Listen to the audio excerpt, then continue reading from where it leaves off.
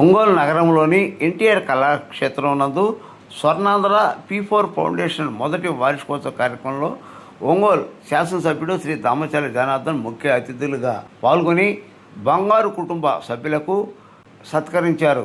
ఈ కార్యక్రమంలో joint collector మరియు ఒంగోలు మున్సిపల్ కమిషనర్ వెంకటేశ్వరరావు, ప్రకాశం జిల్లా జనసేన పార్టీ అధ్యక్షుడు GUDA chairman Sheikh Riyaz, Bhagiratha chemicals Vasubabu, cooperating bank chairman Kamepalli Seetharamaiah, Suryasri దివ్యాంగుల ట్రస్ట్ చైర్మన్ మండవ మురళీకృష్ణ, ఒంగోలు పట్టణ పార్టీ అధ్యక్షుడు బండారు మదన్, జనరల్ సెక్రటరీ బొడ్డపాటి వెంకట్, బంగారు కుటుంబ సభ్యులు ఈ కార్యక్రమంలో పాల్గొన్నారు.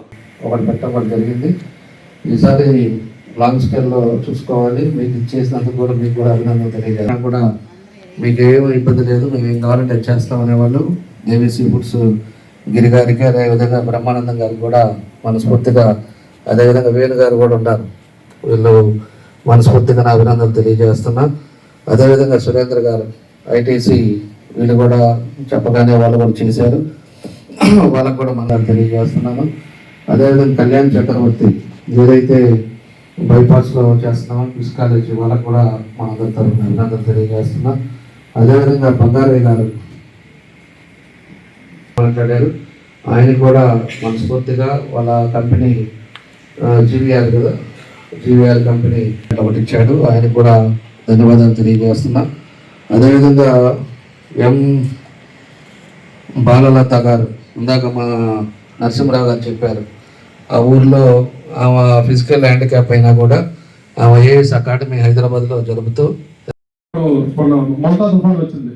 ఆ రోజు ఒంగోలు నియోజకవర్గంలో దాదాపు చాలా గ్రామాలు నీటమయమైంది. మన ఎమ్మెల్యే దామచర్ల జనార్దన్ గారు మనకి ఎమ్మెల్యే ఉన్నారు కాబట్టి 24 hours లో ఒంగోలు నియోజకవర్గంలో మొంతా తుఫాన్ను సేవించి ప్రజల్ని సేవ్ చేసిన ఘనత ఒక్క మన డీజే గారికి దక్కింది. అందుకనే మన చంద్రబాబు నాయుడు గారు, మన కమిషనర్ కోడూరు వెంకటేశ్వరరావు గారికి, అలాగే మన డీజే గారికి మొంతా వారియర్ అవార్డు ఇచ్చిన ఘనత మన స్టేట్ లోనే మన డీజే గారికి దక్కిందని ఈ సభాముఖంగా తెలియజేసుకుంటున్నాను. అలాగే భగీరథ ఇండస్ట్రీ వాళ్ళు మన కరోనా టైంలో కూడా ఎన్నో నిత్యావసర సరుకులు ప్రజలకి ఇచ్చారు. అలాగే వాళ్ళు ఎప్పుడు మన ప్రతి గ్రామంలో సేవా కార్యక్రమాలు చేయడానికి ముందులో ఉన్నారు. అలాగే మన స్టేట్ గవర్నమెంట్కి మన నారా భువనేశ్వర్ గారికి కూడా వాళ్ళు అంబులెన్స్ 2 ఇచ్చారు. అలాగే వాళ్ళు ఒక నియోజకవర్గంలో కాకుండా స్టేట్ వైజ్గా మన అర్ధవక్కిలో గొట్టపాటి రవికుమార్ గారి పిలుపు మేరకు వాళ్ళు స్కూల్లో ఆర్వా ప్లాంట్లు కూడా ఏర్పాటు చేశారు. వాళ్ళు ఒక్క నియోజకవర్గం కాదు, స్టేట్ వైజ్గా వాళ్ళు ఎన్నో సేవా కార్యక్రమాలు చేస్తూ రాబోయే రోజుల్లో కూడా వాళ్ళు ఇంకా ఎక్కువ సేవా కార్యక్రమాలు చేస్తూ ప్రతి ఒక్కరికి అందరంతో ఉండాలని కోరుకుంటూ, ఒంగోలు నియోజకవర్గం ఒక దామచర్ల జనార్దన్ గారు నాయకత్వం వల్లే ఒంగోలు నియోజకవర్గం జరిగింది. అది 2014-19, అలాగే 2024 ఇప్పుడు ప్రజెంట్ జరుగుతుంది. ఒంగోలు అంటే డీజే అంటే ఒంగోలు చరిత్ర మార్చింది మాత్రం డీజే గారు. ఎంతమంది ఎమ్మెల్యేలు వచ్చినా, మంత్రులు వచ్చినా, వాళ్ళు ఈ రోజు అవకాశవాదులు పార్టీలు మారిన వెళ్ళిపోయినా కానీ ఈ రోజు ఒంగోలు నియోజకవర్గాన్ని నిలబెట్టింది, అభివృద్ధి చేస్తుంది మాత్రం దామచర్ల జనార్దన్ గారు. చరిత్ర తిరగరాసింది. పోస్ట్ నుంచి మొదటి నుంచి పార్టీని నమ్మకుండా మాత్రం దామచర్ల జనార్దన్ గారు తెలియజేసుకుంటూ సెలవు చేసుకోండి. భవిష్యత్తులో ఇంకా చక్కగా చేయాలని అన్నారు. మరి వాళ్ళందరికీ కూడా ఈ బంగారు కుటుంబీకులందరికీ కూడా డీజేఆర్ గారు స్వయంగా వారికి ఒక అప్రిషియేషన్ ఇచ్చి వారిని సత్కరించాలనుకున్నారు. డీజేఆర్ ట్రస్ట్ గారికి మరి అసిస్ట్ ఎన్జిఓ వారికి డిస్ట్రిక్ట్ అవార్డ్స్ వస్తున్నాయి కాబట్టి ఇస్తున్నారు కాబట్టి మిగతా వారందరినీ కూడా ఒక్కొక్కరిని పిలుస్తాము. వారికి సంబంధించినటువంటి ప్రతినిధులు వచ్చేసేసి గౌరవనీయులైనటువంటి ఎమ్మెల్యే గారు ఇస్తున్నటువంటి సత్కారాన్ని, అప్రిషియేషన్ సర్టిఫికేట్ని పొందవలసిందిగా కోరుతున్నాను. వచ్చేవాళ్ళు దయచేసి ఇంటి నుంచి రండి, అది కొద్దిగా ఇబ్బందిగా ఉంటుంది. మొట్టమొదటిగా భగీరథ కెమికల్స్ ఇండస్ట్రీకి లిమిటెడ్ సంబంధించిన ప్రతినిధులను వచ్చేసి సత్కారాన్ని అందుకోవచ్చుగా సాధారణంగా వేదిక మీదకి ఆహ్వానిస్తున్నాం.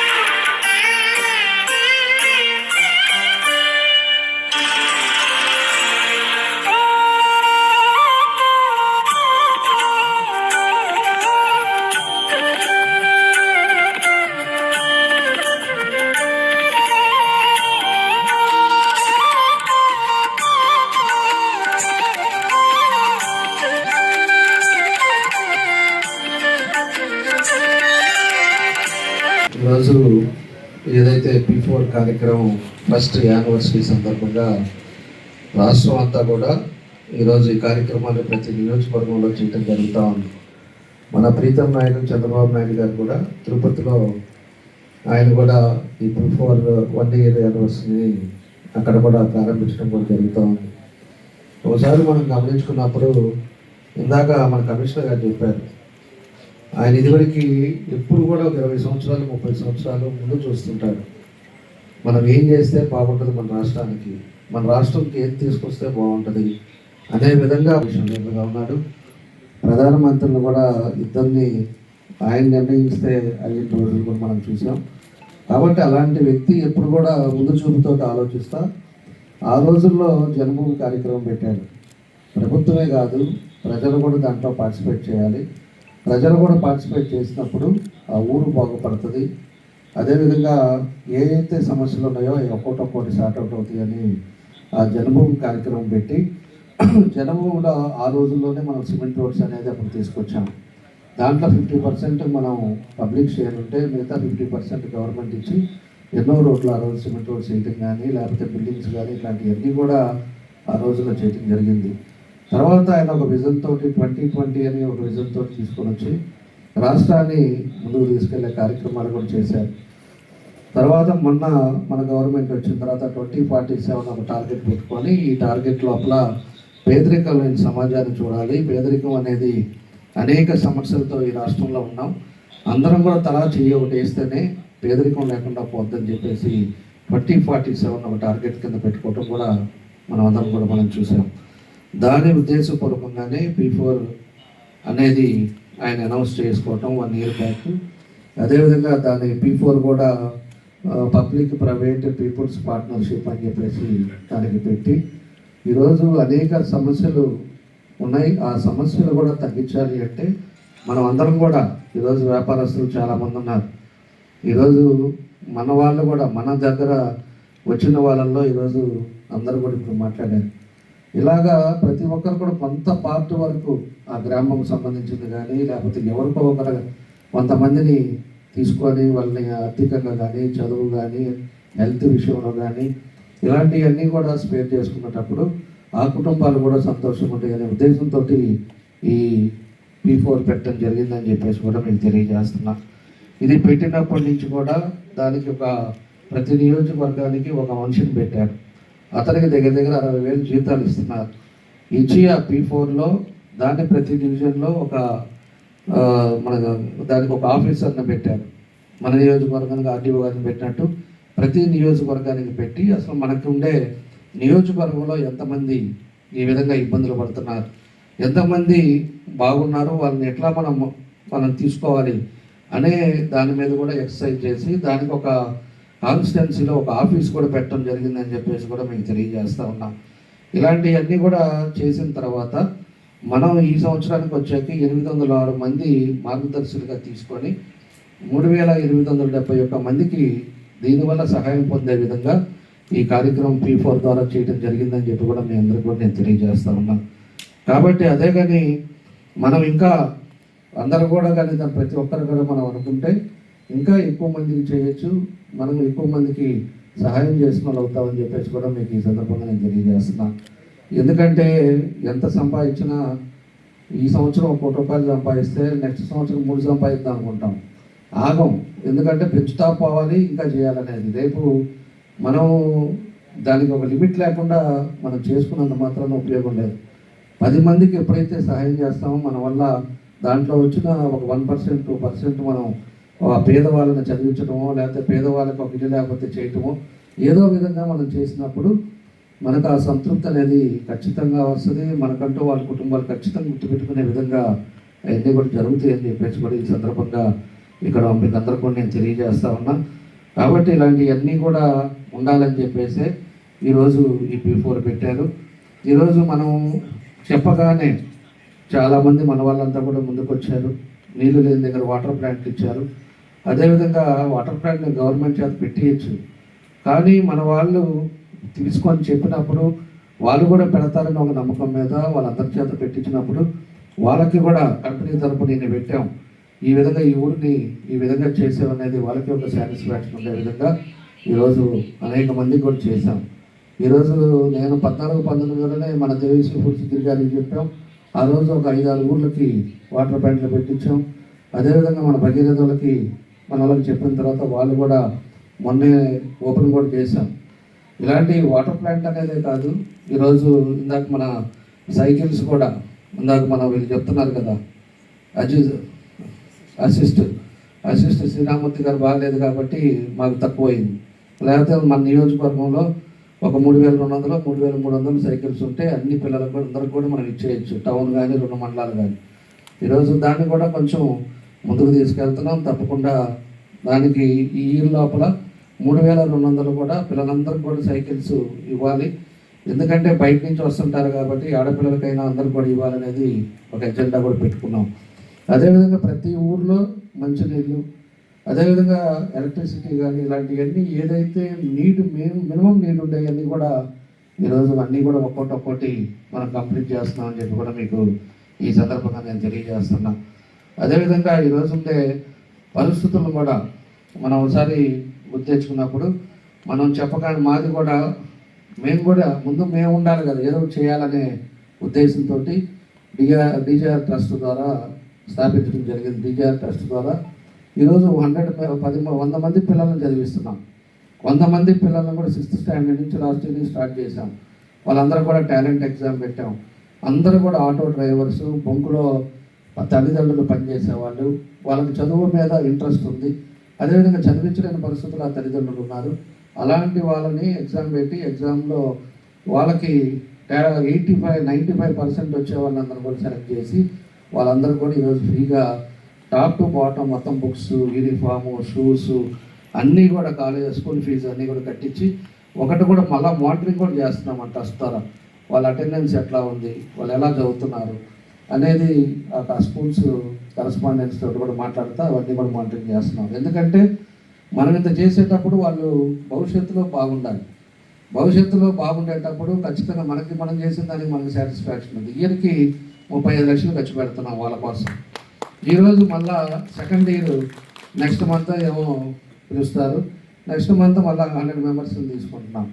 ఈసారి 70 lakhs అవుతుంది, ఇప్పుడు 35 lakhs అది అవుతుంది. అట్లా 10th వరకు 500 మెంబర్స్ని చదివిద్దాం అనేది ఈ ట్రస్ట్ ద్వారా ఒకటి మేము ఫాలో చేస్తున్నాం. ట్రస్ట్ ద్వారా కూడా అందరినీ చదివించాలి, చదువు అనేది ఇవ్వాలి, ఇంపార్టెంట్. ఈ చదువు ఉంటే రేపు ఎక్కడికైనా పోయి బతకచ్చు. రేపు మన సునామీ ఇట్లాంటివి ఏమైనా వచ్చినాయి అంటే ఆస్తులు పోతాయి. అదేవిధంగా కోవిడ్ వచ్చిందంటే ఇంట్లో కూర్చుంటే ఆస్తులు పోతాయి, బ్యాంకులు వచ్చేసి మళ్ళీ ఎన్పీలు అవుతాయి, ఇవన్నీ ఇబ్బందులు ఉంటాయి. కానీ చదువు ఉండేవాడు ఇంట్లో ఉన్నా ఎక్కడున్నా కూడా ఎక్కడికి పోయినా కూడా వాళ్ళ కాళ్ళ మీద వాళ్ళు బతకచ్చు. ఆ కుటుంబాన్ని వాళ్ళు పోషించే విధంగా ముందుకు తీసుకెళ్తారనే ఉద్దేశంతో చదువు కోసమని ఈరోజు లోకేష్ గారు కూడా 36,000 కోట్లు బడ్జెట్లో పెట్టారు. అన్ని స్కూల్స్ కూడా రెనోవేట్ చేస్తున్నారు. అన్ని స్కూల్స్లో కూడా డిజిటల్ క్లాసెస్ పెడుతున్నారు. వాళ్ళకు కూడా ప్రైవేట్ స్కూల్స్ మాదిరి యూనిఫామ్ ఇస్తున్నారు, మంచి యూనిఫామ్. ఎందుకంటే వీళ్ళు పోయేటప్పుడు మనం గవర్నమెంట్ స్కూల్లో చదువుతున్నాం, వాళ్ళ షూ చూడు, వాళ్ళ బ్యాగ్ చూడు అనుకోకుండా వీళ్ళకి దాని దీంట్లో ఇస్తా ఈరోజు ప్రభుత్వం కూడా అన్ని విధాలకు కూడా ముందుకు తీసుకెళ్ళడం జరుగుతుందని చెప్పి ఈ సందర్భంగా తెలియజేస్తున్నా. అట్లానే వీల్ చైర్స్ ఇచ్చాం, 100 వరకు వీల్ చైర్స్ అన్నీ కూడా అందరినీ పిలిచి ఇచ్చాం. అట్లా మనకు తోచిని ఇంకా ఇవన్నీ కూడా ఇచ్చాం. తోపుడు బండ్లు కానీ ఇలాంటివన్నీ కూడా ట్రస్ట్ ద్వారా కూడా ఇవన్నీ కూడా యాక్టివిటీస్ చేస్తూ ఉన్నాం. ఇంకా కూడా భవిష్యత్తులో అవి కూడా ఇంకా ముందుకు తీసుకెళ్తామని చెప్పి ఈ సందర్భంగా తెలియజేస్తున్నాం. ఈరోజు భగీరథ వాళ్ళని కూడా మన శ్రీనివాస్ ఉన్నట్టున్నాడు. శ్రీనివాసు కూడా నేను అదే చెప్పేది, ఇంకా మనం పక్క నియోజకవర్గాల కంటే మీరు ఉండేది మన దగ్గర, మమ్మల్ని ప్రత్యేకంగా దృష్టి తీసుకోండి. మన వాళ్ళందరినీ ఏదైతే ఉన్నాయో దాన్ని కొంచెం జాగ్రత్తగా చూడండి. ఖచ్చితంగా అన్నీ ముందుకు వెళ్ళాలని మీకు మనస్ఫూర్తిగా నేను కూడా చెప్పగానే పెట్టినందుకు నా ధన్యవాదాలు, అభినందనలు తెలియజేస్తున్నా. వస్తుండగానే ఫ్లైఓవర్ కింద కిమ్స్ వాళ్ళకి ఇచ్చాం. వాళ్ళు 30 లక్షలు ఖర్చు పెట్టి ఒక ఎద్దు ఇప్పుడు 2 పెట్టాం. అది కాకుండా మన సింబల్ ఉండేటట్టుగా పెద్దది చేపిస్తున్నాం. అది ఒక నెలలో ఆ 2 తీసేసి పెద్దది పెడతాం. 12 అడుగులతోటి పుల్ పెడతాం. దాన్ని అంతా కూడా అక్కడ ప్లాంటేషన్స్ ఇవన్నీ కూడా చేస్తూ ఉన్నాం. స్టార్టింగ్ వచ్చేటప్పుడు ఒక బ్యూటిఫికేషన్ తోటి మన ఒంగోలు టౌన్లోకి రావాలనే ఉద్దేశంతో దాన్ని వాళ్ళకి ఇంట్లో చెప్పగానే వాళ్ళు స్పాన్సర్ చేశారు. అదేవిధంగా ఫ్లైఓవర్ దగ్గర కూడా కింద కూడా ఎవరైతే మన జిల్లా ప్రముఖులు ఉన్నారో అన్ని రంగాల్లో, సినీ రంగం అవ్వచ్చు, లేకపోతే రాజకీయ రంగం అవ్వచ్చు, మన టంటూరు ప్రకాశం పంతులు స్వతంత్ర సమర యోధులు అవ్వచ్చు, అలాంటివన్నీ కూడా బొమ్మలు కూడా పెడతాం. అవి పెట్టినప్పుడు ఈనాటి తరం ఉండే వాళ్ళకు కూడా మన జిల్లాలో వీళ్ళు చేసి కూడా గుర్తుండే విధంగా అవి కూడా మేము పెడుతున్నామని చెప్పి కూడా మేము తెలియజేస్తున్నాం. ఆ తర్వాత ముందుకు వచ్చే గుంటూరు రోడ్లో కూడా మన సిద్ధ హనుమంతరావు వాళ్ళ చేత పెట్టించాం. అది కూడా ఆ తర్వాత క్విజ్ కాలేజ్ దగ్గర వాళ్ళని పెట్టించాం ఆ సర్కిల్. ఇలాగ ఏదైతే నీడ్ ఉందో దాన్ని ఒక్కొక్కరి చేత స్పాన్సర్ చేయించాం. వాళ్ళందరూ కూడా చెప్పగానే వాళ్ళు ముందుకు వచ్చారు. ముందుకు వచ్చి చేసిన తర్వాత ఒక్కొక్కటి డెవలప్మెంట్ చేసుకుంటూ పోతున్నాం. ఒంగోలు కూడా పేద ప్రజలు ఉండే దగ్గర కూడా ఈరోజు శానిటేషన్ కానీ, డ్రింకింగ్ వాటర్ కానీ, అదేవిధంగా రోడ్స్ కానీ, డ్రైన్స్ ఏ విధంగా మనం మానిటరింగ్ చేస్తున్నామో దాంతోపాటు నగరం కూడా డెవలప్ అవ్వాలి. పోయినసారి ఉండేటప్పుడు అన్ని రోడ్లు పెద్ద రోడ్లు చేశాం. కర్నూలు రోడ్డు చేశాం, కొత్తపట్నం రోడ్డు చేశాం, గుంటూరు రోడ్డు చేశాం, పాత బైపాస్ చేశాం. ఇవన్నీ ఆ టైంలో వచ్చినప్పుడు అన్ని సెంట్రలైజింగ్ తోటి ఒక నగరాన్ని ఒక పెద్దది చేశాం. ఈరోజు నగరంతో పాటు బ్యూటిఫికేషన్ ఉండాలి. ఒకే రోజు 5,000 మొక్కలు నాటాం. అది కాలేజెస్ సపోర్ట్ తీసుకున్నాం. ఒక నెల ఎక్సర్సైజ్ చేసాం. ఒకే రోజు ఒక రోడ్డు అంతా కూడా పింక్ ఫ్లవర్స్ ఉంటే ఒక రోడ్డు రెడ్ ఫ్లవర్స్ వస్తాయి, ఒక రోడ్డు ఎల్లో ఫ్లవర్స్ వస్తాయి. ఆ టైప్ ఆఫ్ ప్లాంటేషన్ తీసుకొని కాలేజీ స్టూడెంట్స్ని పెట్టి కాలేజీ స్టూడెంట్స్ చేత ఇవన్నీ కూడా పెట్టించాం. ఎందుకంటే ఒక రోజులో అందరూ కూడా 1 అవర్లో ప్రోగ్రామ్ కంప్లీట్ చేసాం. దాన్ని కూడా స్టూడెంట్కి ట్యాగింగ్ ఇచ్చాం. వాళ్ళు ఏ కాలేజీ, ఏ ఇయర్ ఏంటి అనేది. ఎందుకంటే అటు బస్సులో పోయేటప్పుడు ఇది నేను వేసిన చెట్టు అనేది భవిష్యత్తులో కూడా అతను గుర్తుండాలి. ఈరోజు ఫస్ట్ ఇయర్ అవ్వచ్చు, రేపు అతను జాబ్ చేసేటప్పుడు కూడా చెట్టు పెద్దదైనా కూడా ఆ రోజుల్లో నేను వేసిన చెట్టు అనేది వాళ్ళకి గుర్తుండాలి, ఐడెంటిఫికేషన్ ఉండాలనే వాళ్ళకి ట్యాగ్ చేశాం. ట్యాగ్ చేసి ఈరోజు కొన్ని చెట్లు నేను కారులో పోతా గమనిస్తూ ఉంటాను, నీళ్ళు పోస్తున్నారో ఏం చేస్తున్నారో, బతికినాయా లేవా అనేది. ఒక 1 ఇయర్ 1.5 ఇయర్ బతికినాయి అంటే ఆ తర్వాత ఎవరు దాన్ని ఆపాల, అదే పెరుగుతుంది. కాబట్టి అలాంటివన్నీ కూడా ఒక్కొక్కటి ఒక ఆలోచనతోటి పబ్లిక్ ఎక్కడ కూడా ఇబ్బంది రాకుండా, పబ్లిక్కి ఏ ప్రాబ్లం లేకుండా ఈరోజు నగరాన్ని ముందుకు తీసుకెళ్లే కార్యక్రమాలన్నీ కూడా చేస్తూ ఉన్నాం. కాబట్టి మీ అందరూ కూడా ఈ P4లో కూడా కొంచెం అందరూ ఉండేవాళ్ళు. మా రమణారెడ్డి ఉన్నాడు, ఈరోజు 3,500 మంది 4,000 మంది స్టూడెంట్స్ తోటి ఈరోజు చేస్తూ ఉన్నాడు. కాలేజీ వాళ్ళది సరస్వతి కాలేజీ చైర్మన్. కాబట్టి అలాంటి వాళ్ళు అంతా ముందుకు రండి. ముందుకు వచ్చినప్పుడు నేను అనేది ఏంటంటే ఒక సాటిస్ఫాక్షన్ కూడా, నేను ఏం చేస్తున్నా కూడా వాళ్ళ ఐడెంటిటీ కూడా చూస్తున్నాం. ఈరోజు వాళ్ళ దగ్గర పెట్టేటప్పుడు కిమ్స్ హాస్పిటల్ పెట్టిస్తున్నాం. కిమ్స్ బోర్డు కూడా పెడతాం అక్కడ. ఎందుకంటే భవిష్యత్తులో గవర్నమెంట్లో వస్తుంటాయి, మేము ఉంటాం లేకపోతున్నాం, అయినా కూడా దాన్ని చూసుకోవాల్సిన బాధ్యత కూడా వాళ్ళ మీద ఉంటుంది. ఎందుకంటే అది బాగా లేకుండా పోయిందంటే కిమ్స్ పేరు పోద్ది. కిమ్స్ వాళ్ళు ఖచ్చితంగా ఇది నా పేరు ఉంది కాబట్టి మనము దానికి చెట్లు చూసుకోవటం, అదేవిధంగా క్లీన్ అండ్ గ్రీన్ చూడటం, ఇవన్నీ కూడా వాళ్ళు చేసుకునే విధంగా ఈరోజు ఇలాంటివన్నీ చేస్తున్నాం. ఈరోజు నంది సర్కిల్ పెట్టాం, బండ్లమెట్లో నంది బొమ్మ పెట్టాం. అది బండ్లమెట్ల నంది సర్కిల్ కింద ఆ ఏరియా అంతా కూడా డెవలప్ చేశాం. అట్లా ఒక్కొక్కటి ఉన్నాయి. మా కమిషనర్ ఏమో ఇంకా వీళ్ళు ఎంఈ గారు వీళ్ళంతా స్లోగా ఉన్నారు. ఆడేమో డబ్బులు లేవు, ఆడేమో వచ్చిన డబ్బులతో ఏమో అక్కడక్కడ ఉండే వాటికి అడ్జస్ట్ చేస్తా ముందుకు తీసుకెళ్తున్నాం. కాబట్టి ఇవన్నీ కూడా ఒక్కొక్కటి చేస్తున్నామని చెప్పి కూడా మీకు ఈ సందర్భంగా నేను మీ అందరికి కూడా తెలియజేస్తున్నా. అందరం కూడా ప్రతి ఒక్కరం కూడా P4లో ఒక భాగస్వామ్యం అవ్వండి. P4లో మన వల్ల 2 3 కాదు, ఒకరిని తీసుకోండి. ఒకరు బాగు చేసినా కూడా, ఒకరు బాగున్నా కూడా ఆ కుటుంబం బాగుంటుంది, అందరం బాగుంటాం. సమాజంలో ఇది గుర్తుపెట్టుకొని మీ అందరూ కూడా పార్టిసిపేట్ చేసి మన చంద్రబాబు నాయుడు గారి స్ఫూర్తిని మనం అందరం కూడా ముందుకు తీసుకెళ్లే విధంగా మనం పనిచేయాలని చెప్పేసి కూడా మీ అందరికీ తెలియజేస్తూ, మీ అందరికీ మరోసారి వచ్చిన మీ అందరికీ, అదేవిధంగా ఎవరైతే చెప్పగానే చేసినా మీ అందరికి కూడా మనస్ఫూర్తిగా మళ్ళా పేరున నా అభినందనలు, ధన్యవాదాలు తెలియజేస్తున్నా. అదేవిధంగా దానివల్ల లబ్ధి పొందిన వాళ్ళు కూడా మాట్లాడారు, వాళ్ళకు కూడా మనస్ఫూర్తిగా ధన్యవాదాలు తెలియజేస్తూ, భవిష్యత్తులో ఈ ఇయర్ ఇంకా నెక్స్ట్ ఇయర్ మళ్ళీ సెకండ్ ఇయర్ చేసుకునే లోపల ఇంకా బాగా చేసే విధంగా ముందుకెళ్తామని చెప్పేసి తెలియజేస్తూ మీ అందరికీ మరోసారి నమస్కారం తెలియజేస్తూ సెలవు తీసుకుంటాం.